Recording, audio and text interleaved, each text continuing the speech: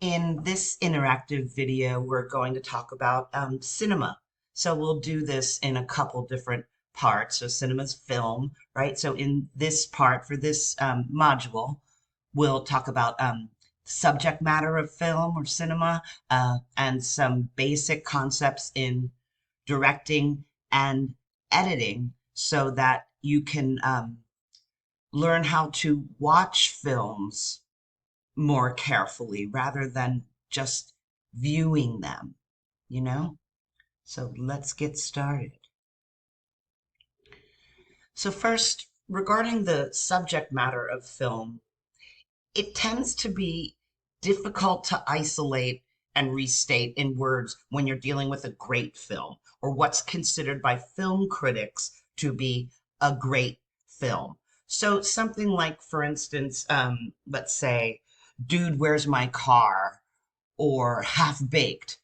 It's not too difficult to figure out what the subject matter is. There's no ambiguity. It's not a multi-layered film. It's not, those wouldn't be considered great films by a film critic. It's film critics might like them for what they are, right? Just entertainment. But we're talking about film as an art form and film as it and its power to reveal things about ourselves to ourselves. So that's what we mean here by great films. In a great film, it's difficult to isolate a single subject matter because it's multi-layered. It's part of what makes it great, just like life, right? So, for instance, you could say that death is the subject matter of No Country for Old Men. Like if somebody said, "Hey, what's that movie about? What's the subject?" Well, it's about death, but then, that's not going to cover it if you've seen that film. It overlaps with other critical subject matters like free will versus determinism and, wealth and greed and aging out and not knowing where you belong in the world any longer when new and upcoming generations don't share the same values as you. This is a multi-layered film, so it's difficult to isolate subject matters for great films. And as David Cook explains in A History of Narrative Film, there's a complexity of subject matter in film that's only rivaled by literature. Now, continuing with the subject matter of film, sometimes like the popularity and the spectacle, right? The sheer spectacle and sights and sounds and whoa of films causes us to miss the form and also the insights that form offers into subject matter. So, for example, can you really catch all of the nuances and the minor details of form after seeing a movie just once? But that's what many of us do. We're kind of one and done. Like, yep, I saw that. And we don't watch films over and over again. A lot of people do, though. I know I do. When I find a film that I'm intrigued by, I'll watch it over and over and over again to try to notice all of these. And I always notice something different when I'm not just looking to hear a story and be entertained, but I want to see how the director and the editor are stitching this thing together and trying to give us a story, right? So, I mean, really, it's fair to say that audiences generally enjoy movies, but they rarely analyze them. And hopefully, some of these concepts that we're about to discuss can help us either start or continue to do that, to analyze film a little bit more. So, also, one of the first things that's really critical to recognize is how highly collaborative film is, right? We just sit there in our seats with our friends or on our couch or wherever we are and watch these movies, and you don't realize what sort of team goes into making a film. Even the simplest of a film is a highly collaborative effort. So most films are written by a script writer and then they're planned by a director who can make a lot of changes. But even if the director is also the script writer, which can be the case, The film needs a producer, film needs camera operators, an editor, designers, researchers, costumers, actors, actresses, key grips, craft services. I mean, the list goes on to get these things going and off the ground and then to complete them. Um, so auteur criticism regards the director as equivalent to the auteur or the author of the film. So that type of criticism sees the director as this is the main person. This is the main man or woman, the creative mind behind it, right? This is the author of the film. But for most of us, the most important people involved in the film are the stars, right? The stars who are showing up on the screen. That often is what gets us to go to the movies because we like to watch them, or we like to love them, we like to hate them, we like to look at them, whatever the case is, we like their style. That tends to be what drives most audiences to films are the actors and actresses, but they are but a tiny portion of what goes into making a movie. So George Clooney, Angelina Jolie, Julia Roberts, Meryl Streep, and Denzel Washington, for instance, they're more famous than directors of stature like Ingmar Bergman, Federico Fellini, Lena Wertmuller, Akira Kurosawa, Jane Campion, or even Alfred Hitchcock.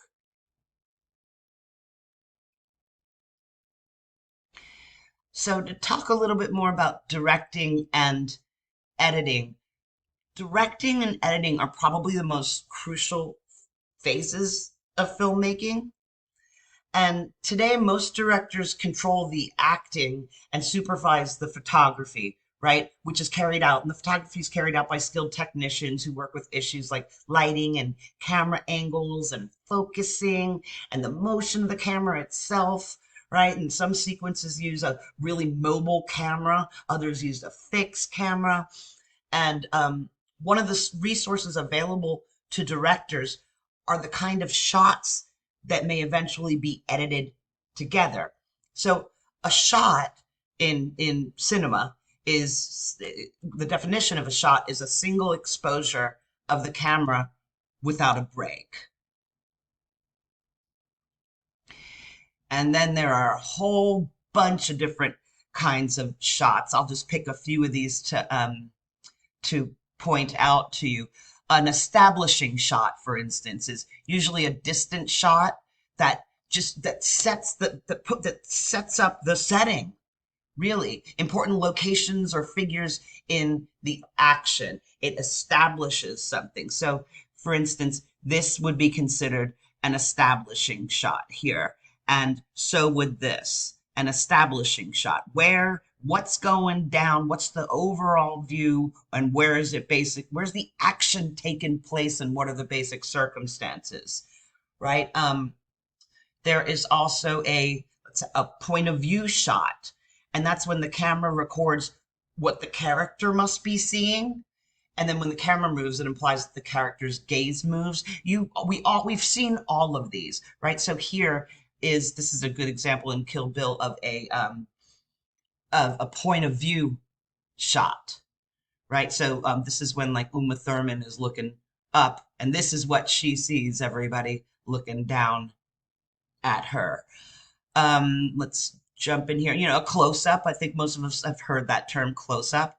So when an important object, like the face of a character, fills the screen, as in Get Out down here, right? There is a following shot, right? And that's when the camera keeps a moving figure in the frame and keeps pace with it. So you're kind of traveling with that figure, like this scene in The Shining.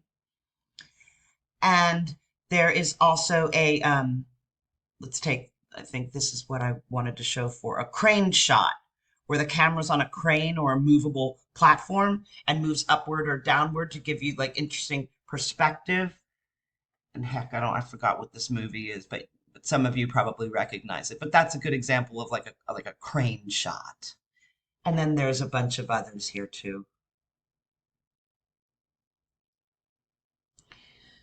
So when you watch a movie, you probably are going to see all of these different shots many times. They're just coming at you, right? So then you got to add in the variables of camera angles, types of camera lenses, variations in lighting, and variations in approach to sound.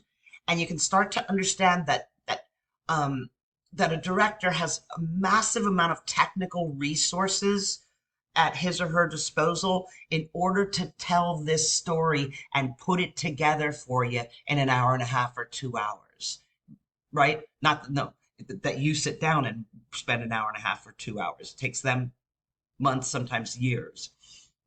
So the addition of script and actors enriches the director's range of choices so that they can become dizzying, right? And almost too many to deal with. There are so many choices.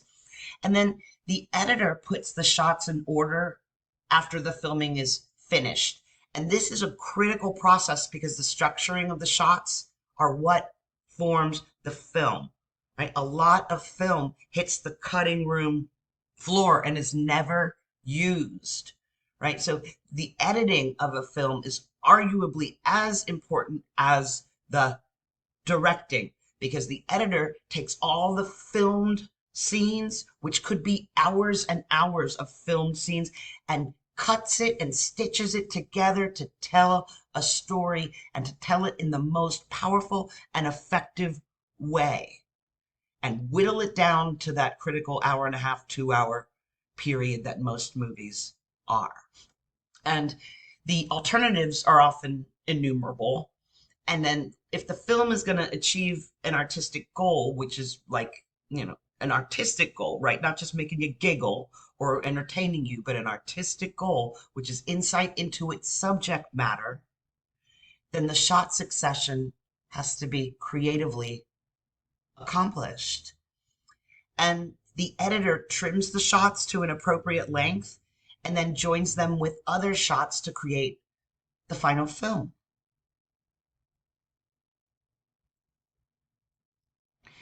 So I'm going to play a video of Thelma Shumacher, who is Martin Scorsese's primary and pretty much exclusive editor.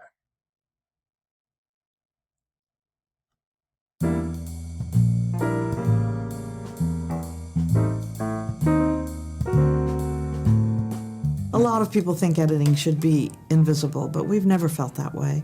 We always like to slap the audience in the face if it's required.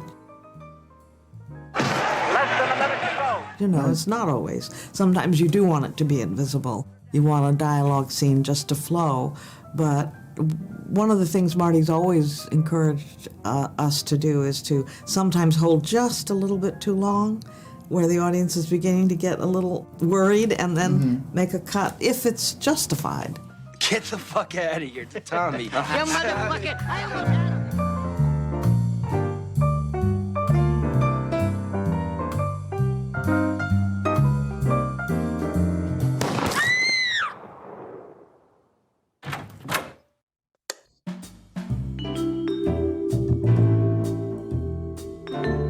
What happened, unfortunately, is that when he first went out to Hollywood to bust in during Woodstock, I couldn't work for him, it turned out, because I wasn't in the union. We hadn't had to be in the union here. We were just running around the streets of New York making movies, having a hell of a time. You had to be there, and they told me I had already been nominated for Woodstock as the supervising editor, so they told me I had to spend 5 years as an apprentice and 2 years as an assistant, and then I could edit. And I said, I'm not going to do that. So I went back to New York. Marty wanted me to work for him. I couldn't, so I didn't work with him really for almost 10 years. And then I've worked with him ever since. So I get asked by other directors to work with him, but I want to work with Marty. So, well, one of the things that Marty keeps saying, because of the style now of what I call blender cutting, where people go out and shoot with 8 cameras and they go in the editing room and just throw it in the blender and they just blah, blah, blah, blah, blah. And Marty keeps saying, what happened to the shot? The shot, like Kubrick's shot that lasts for 5 minutes and you're never bored because of the framing, the music, the content. Even the opening shots of Dr. Strangelove, the point of view of what they're flying over. I often show this to students, and I say, now that is a shot, see? You don't have to cut into that every 3 seconds. Somebody asked me at one of the things where I was speaking, you know, I like to cut every 3 seconds, and my director said, why are you doing that? Can you help me answer him? And I said, well, why are you doing it? What tells you should cut every 3 seconds? Each shot has its own life. You have to learn how to make it live.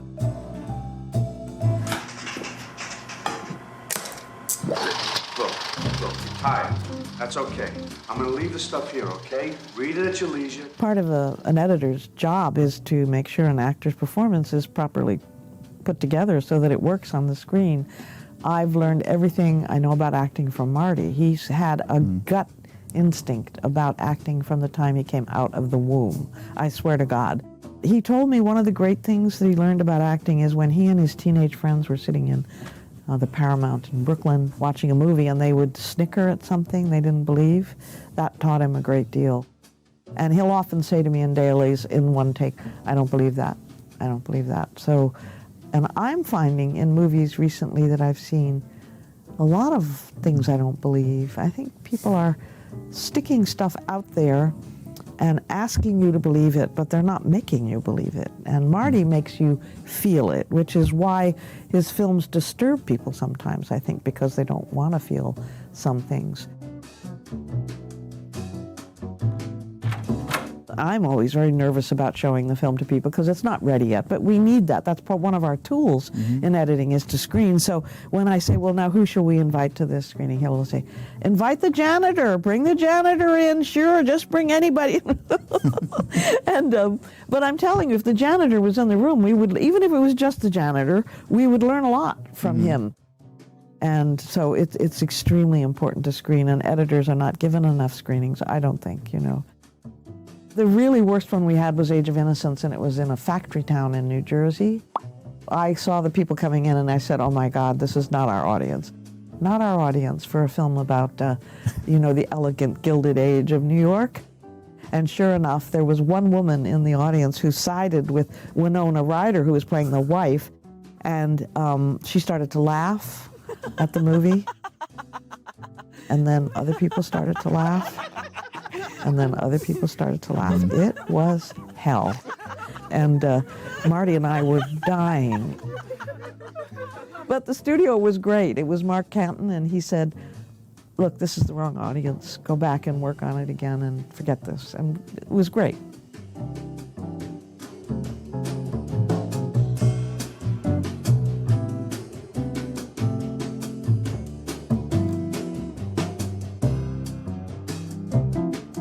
This video is brought to you by Squarespace. And so continuing with directing and editing, it helps to know the resources of the editor, right, who cuts the film to create the relationships between takes. And the way these cuts are related is at the core of the director's distinctive style. So here's some of the most familiar, I'll just pick a few of these again, some of the most familiar of the directors and editors' choices of cuts, what they call cuts. So for instance, there's a continuity cut, and those are shots edited to produce a sense of narrative continuity, like following the action stage by stage. So the editor can also use a discontinuity cut to break up the narrative continuity for effect. There's a jump cut, and sometimes it's just called a regular cut, but it moves abruptly from one shot to the next with no preparation and often like to shock you. Cut-ins, cross-cutting, that's alternating shots of two or more distinct actions occurring in different places, but often at the same time. Like this is an example of cross-cutting. So it's where like two different, like it says, two different action scenes are taking place in different places and different times, but you're cutting between them, right? Dissolves, fades, wipes. There's a montage sequence, and that's a sequence of images that are dramatically connected, but physically disconnected, right? So there's a whole bunch of types of shots that are available to the directors and editors in order to achieve the artistic effect that they're looking for.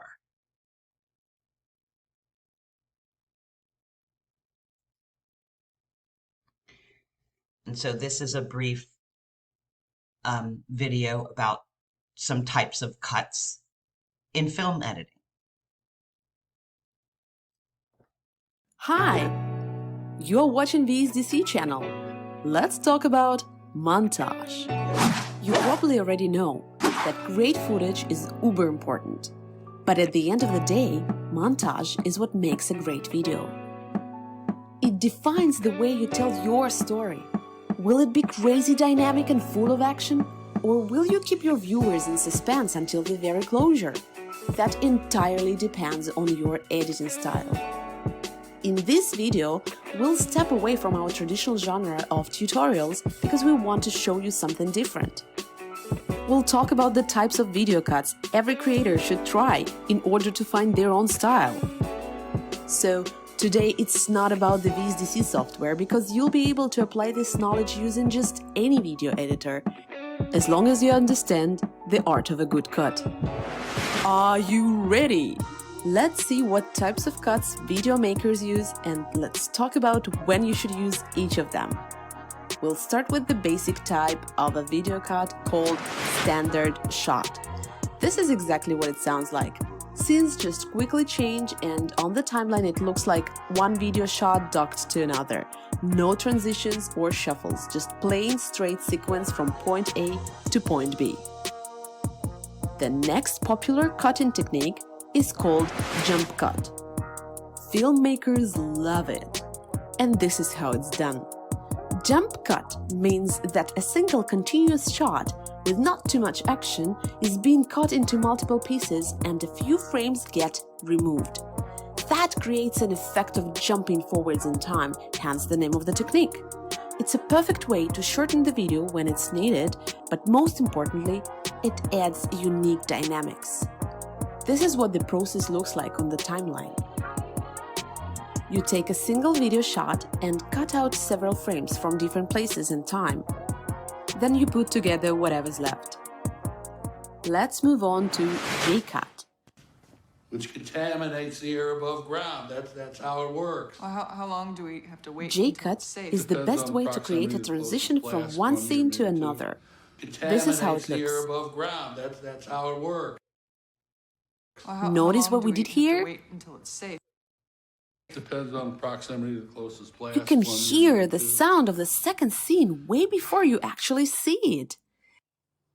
I'm tired of safe.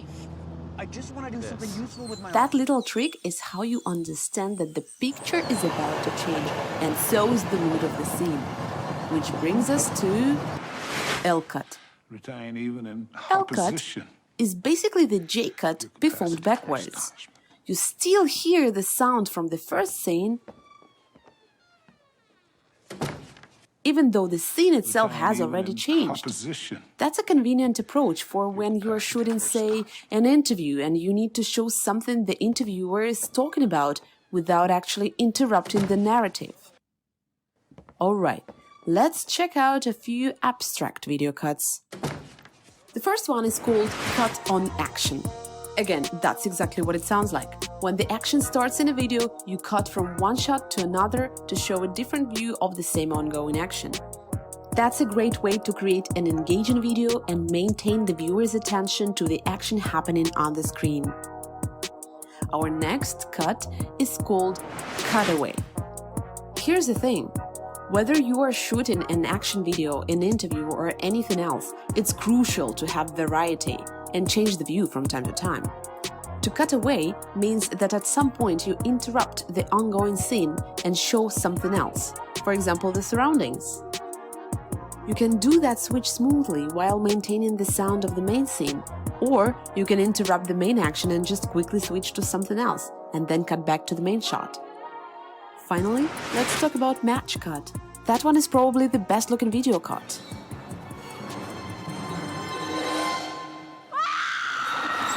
It depends heavily on the operator's talent and how well and precise they shoot a scene. The idea behind the match cut is quite simple. It's a cut from one shot to another where the composition of the two shots is matched by the action or a subject. For instance, a jumping person or a flying object can be those matching points for the cut. And it's time to wrap it up. Montage is what you do to the footage to achieve the desired result by cutting and merging scenes in a particular way. There is no one-size-fits-all recipe for how to cut and edit your footage because each story is unique. It's up to you to find the best way to tell your story and choose the right approach to editing your video. Watch videos by other creators working in the same genre, analyze their methods, and try to see what may work for you. Eventually, you'll figure it out and develop your own style. Until then, there is always room for practice. Hopefully you liked this lesson. Let us know if you have any questions in the comments below. So those were a bunch of different types of cuts. A few of those that were just illustrated were on that list from the textbook, and then a bunch that weren't. But you know, this isn't exhaustive. There's so many different types. So to wrap it up, what we covered in this part of the cinema of our unit on cinema is the subject matter of film. We touched on that, directing and shots, and editing and cuts.